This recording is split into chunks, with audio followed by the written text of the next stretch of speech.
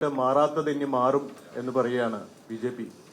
കോടാനുകോടി രൂപയുടെ PR വർക്കും അതുപോലെ ഇപ്പം തന്നെ ഒരു 10 കോടി രൂപയോളം ഡിജിറ്റൽ വാഹനമൊക്കെ ഇറക്കിയിട്ട് ഇവിടെ കളിക്കുകയാണ്.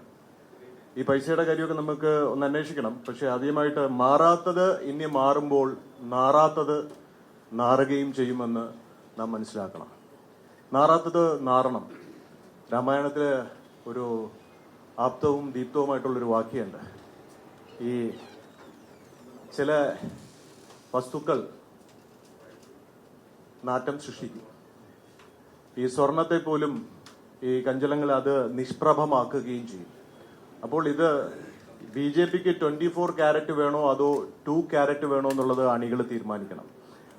ഒരു അഴിമതിയുടെ കൊടയും പിടിച്ചിരുത്തി നടന്നിട്ടാണ് രാജീവ് ചന്ദ്രശേഖർ പറയുന്നത് ഇവിടുത്തെ സർക്കാരും മറ്റേ LDFും UDFും ഒക്കെ അഴിമതിക്കാരാണ്.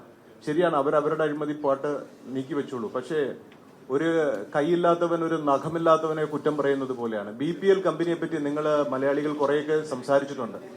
പക്ഷെ അതിന്റെ എത്ര കോടി രൂപയുടെ ഇൻട്രസ്റ്റ് ആണ് ഇവർ വേവർ ചെയ്യിപ്പിച്ചതെന്നറിയോ?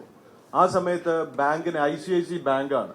നിങ്ങൾ അന്വേഷിക്കാതെ പോകരുത്. ഇതൊരു വളരെ ക്രൂഷ്യൽ സിറ്റുവേഷൻ ആണ്. കാരണം BJP എന്ന് പറയുന്നത് സ്മാർട്ട് ഗെയിം കളിക്കുന്നവരാണ്. അവർ ഹാർഡ് വർക്കേഴ്സ് അല്ല. മണ്ണി ചാരി നിന്നവൻ പെണ്ണും കൊണ്ടുപോയെന്ന് പറയുന്നതാണ് BJPയുടെ രാഷ്ട്രീയം. അധ്വാനിക്കുന്നവർക്കൊന്നും അവിടെ പ്രസക്തിയില്ല. RSSകാര് അത്രയും മാത്രം കഷ്ടപ്പെട്ട് വളർത്തിയെടുത്ത ഒരു പ്രസ്ഥാനമാണ്. ദേശസ്നേഹികളുടെയും ദേശഭക്തരുടെയും പ്രസ്ഥാനമാണ്. ഒരു മാറ്റവുമില്ല അതില്. നരേന്ദ്രമോദി ചെയ്ത നന്മകളൊന്നും അല്ലെങ്കിൽ അദ്ദേഹം ചെയ്ത മാറ്റങ്ങളും ഒന്നും കേരളത്തിലെത്തിയിട്ടില്ല, കേരളത്തിലെത്തുകയില്ല. ഇവര് പറയുന്നത് ഒരു ഭരണം കിട്ടിക്കഴിഞ്ഞാൽ ഇവര് മാറുമെന്ന്. കഴിവുള്ളവന് ഭരണം വേണ്ട. കല്യാണം കഴിച്ച് മാരേജ് സർട്ടിഫിക്കറ്റ് ഉണ്ടെങ്കിലേ ഒരു കുട്ടി ഉണ്ടാക്കാൻ പറ്റുള്ളൂന്നുണ്ടോ? ഇല്ലല്ലോ. മനസ്സുണ്ടെങ്കിൽ കുട്ടി ഉണ്ടാവും.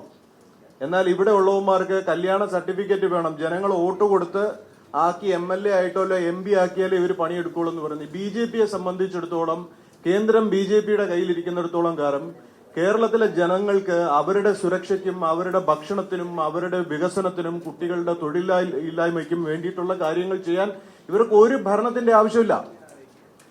ജനങ്ങൾ ചുമ്മാ മോദി മോദി എന്ന് പറയും. മോദിയുടെ പടവും സംഘത്തിന്റെ പേരും പറഞ്ഞുകൊണ്ടാണ് ഇവർ ഈ ആൾക്കാരുടെ ഇടയിൽ പോകുന്നത്. എന്നാൽ ഇനി നമ്മൾ പോയിന്റിലേക്ക് വരണം.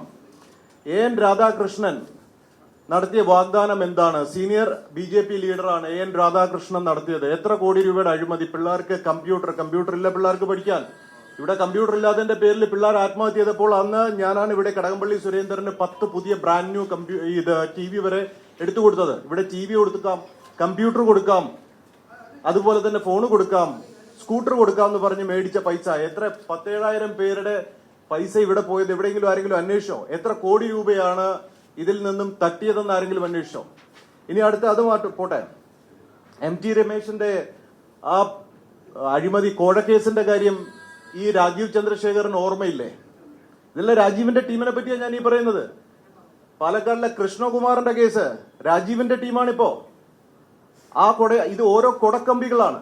ഇനി ഇതിനേക്കാളും ഒക്കെ ഗ്രേവ് സിറ്റുവേഷൻ എടുക്കാം. നിങ്ങൾ ആരെങ്കിലും നമ്മുടെ കൊല്ലത്തുള്ള പ്രതാപിനെ പറ്റി കേട്ടിട്ടുണ്ടോ? Have you ever heard about that name? Pradap? Dr. Pradap, cardiologist. അയാളെ പറ്റി ജസ്റ്റ് ഡോക്ടർ പ്രതാപ് കുമാർ എന്നെന്ന് നിങ്ങൾ ജെമിനിയിലോ ഗൂഗിളിലോ അടിക്കുക. ഞാൻ നിങ്ങൾക്ക് കാണിച്ചു തരാണ്. ഞാനിത് കാണിച്ചു തരാണ്. ജസ്റ്റ് നിങ്ങളുടെ ശ്രദ്ധയിൽ പോകാതെ പോകരുത്. മെഡിക്കൽ ഫ്രോഡ് ആൻഡ് ഫോർജറി എവിടെയാ? Corruption bureau ACB registered FIR against Pratap Kumar for cheating forgery ഒക്കെ എടുത്തിരിക്കുന്നത് എവിടെയാ? ഹരിയാനയിലാണ്. BJP തന്നെ യഥാർത്ഥത്തിൽ ഇവർക്കെതിരെ ആക്ഷൻ എടുക്കുമ്പോൾ ഇവിടെ ഇവർക്ക് നിയമസഭയിൽ മത്സരിക്കാൻ ചാൻസ് കൊടുക്കുകയാണ്. അടുത്ത case reuse of single use equipment. ഒരിക്കൽ മാത്രം ഉപയോഗിക്കാൻ പറ്റുന്ന സാധനങ്ങളെ റീയൂസ് ചെയ്തു. സെന്റും കാര്യങ്ങളും ഒക്കെ വീണ്ടും കഴുകി മറ്റേ വെയിലത്തിട്ട് ഉണക്കി തുടച്ചു വാരിയെടുത്ത് ആൾക്കാരുടെ ചങ്കി കീറി കുത്തി കെട്ടി വിടുന്നതാണോ ധർമ്മം? ആണോ? രാജീവിന്റെ ആൾക്കാരുടെ ക്വാളിറ്റിയായി പറയണത്. ജനം അറിയണത്. അടുത്ത ഡബിൾ ബില്ലിംഗ് സ്കാംസ്. ബില്ലിന്റെ കാര്യം വരുമ്പോ, ബിസിനസിന്റെ കാര്യം പറയുമ്പോ രാജീവ് ചാടി വീഴും. കാരണം രാജീവൻ എന്ന് പറയുന്നത് ബിഷപ്പിന്റെ ജിമ്മിൽ പോയിട്ട് പുഷപ്പ് അടിച്ചു വന്ന് നിൽക്കാനേ രാജീവിന് അറിയുള്ളൂ. രാജീവിന് സൂര്യ നമസ്കാരം പോലും അറിയില്ല. രാജീവ് ചന്ദ്രശേഖരൻ ആരാണ്? അയാളുടെ കയ്യിൽ കുറെ പൈസ ഉണ്ട്. പൈസ ഉള്ള ഒരുത്തൻ ഇവിടെ വന്നു കഴിഞ്ഞാൽ സ്വന്തം യഥാർത്ഥ സംഘത്തിന് വേണ്ടി പ്രവർത്തിച്ചതും BJPയുടെ നല്ല നല്ല സജ്ജനങ്ങളായിട്ടുള്ള ആൾക്കാരെ മാറ്റി നിർത്തിയിട്ട് ഒറിജിനൽ അച്ഛനെ മാറ്റിയിട്ട് ഇവിടെ കുറെ മക്കളുണ്ട്. Oh rich daddy came, I want my rich daddy, rich daddy so great, rich papa hi we are with you എന്ന് പറയുന്നതാണോ കേരളത്തിന്റെ സംസ്കാരം? അദ്ദേഹം ആരാന്നാണ് അദ്ദേഹത്തിന്റെ ചിന്ത? അദ്ദേഹത്തിന്റെ അഴിമതികളെ പറ്റി ബി ജെ പിയിൽ എന്ത് സംഭവിച്ചു, അല്ല ബി പി എല്ലിന് എന്ത് സംഭവിച്ചു എന്ന് മനസ്സിലാക്കണം. 3 അക്ഷരമുള്ള ബി ജെ പിയിലും 3 അക്ഷരമുള്ള ബി പി എല്ലിലും അതുപോലെ ഇതിനു മുമ്പുണ്ടായിരുന്ന JDS 3 അക്ഷരമേ ഉള്ളൂ. 3 അക്ഷരത്തിലുള്ള എവിടെ അദ്ദേഹം ചാടിക്കയറും അത് 3G ആവും.